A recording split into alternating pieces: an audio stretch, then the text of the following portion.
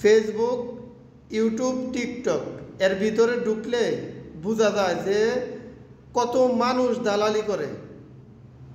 এই বিভিন্ন দেশে লোক ফাটাই দিতেছে, ইটালি 5 লাখ ফাটাই দিতেছে, মালয়েশিয়া 12 লাখ ফাটাই দিতেছে। আর এই সুযোগটি পায় দালালরা।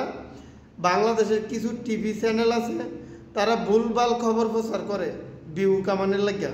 কারণ তাকে ব্যবসা হচ্ছে ভিউ ব্যবসা, ঠিক আছে? মানুষের সঠিক তথ্য দিতে তারা রাজি না, তাকে দরকার হচ্ছে ভিউ ব্যবসা করতে হইব, ঠিক আছে?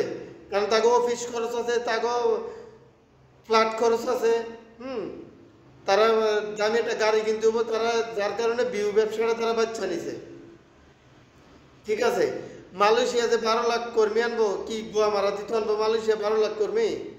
মালয়েশিয়া যে লোকগুলা 2022-23 সালে কলিংয়ে ঢুকছে, একই অবস্থা খারাপ। আর 12 লাখ লোক কই আনবো মালয়েশিয়া? এই যে খবরটি প্রচার করছে, এই খবরটি প্রচার করার ফলে কি হয়েছে? এই যে বাংলাদেশের কিছু মানুষ মালয়েশিয়া অনেক লাফালাফি শুরু করে দিছে। হ্যাঁ, এই বিভিন্ন মিডিয়াতে দেখতেছি আমরা, মানববন্ধন করে, হ্যাঁ, সংবাদ সম্মেলন করে, সাংবাদিক সম্মেলন করে। হ্যাঁ, কি ব্যাপার ভাই? মালয়েশিয়া এত মজা, এত মধু মালয়েশিয়া। আইও মালয়েশিয়া। এখন আওনের লেগে লাফাইতেছ, পরে আবার যাওনের লেগে লাফাইবা। এটা মালয়েশিয়া, আগের মালয়েশিয়া নাই। 2010-11 সালের মালয়েশিয়া নাই বর্তমানে, বা 17-18 সালের মালয়েশিয়া নাই, এটা 25 সাল, ঠিক আছে? মালয়েশিয়ার সরকার অনেক আইন চেঞ্জ করছে, অনেক পরিবর্তন করছে, তাকে আইন, তাকে নিয়ম, তাকে সিস্টেম। তুমি যে আইলেই কে কামাইবা, মামার দিনের আবদার না, ঠিক আছে? তারপর দিয়ে ইতালি 5 লাখ লোক ফাটা যায়, অথচ একটা লোক ইতালি যাইতে হলে 1 বছর অপেক্ষা করতে হয়, তারপর তো ভিসা হইব না হইব কোনো গ্যারান্টি নেই।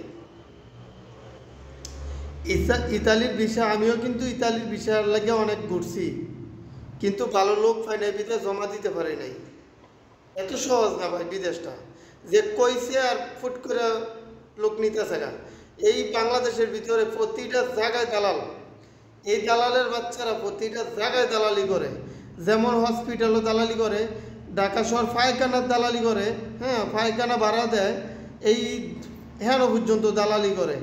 হ্যাঁ, তারপরে দিয়া দালাল নাই কোন জায়গা, হসপিটালও দালালি করে, তারপরে পাসপোর্টের ইয়ার দালালি করে, টিকিটের ইয়ার দালালি করে। হ্যাঁ, একজন মরা মানুষের থেকে দালালি করে পয়সা কামায়। দালাল নাই কোন জায়গা।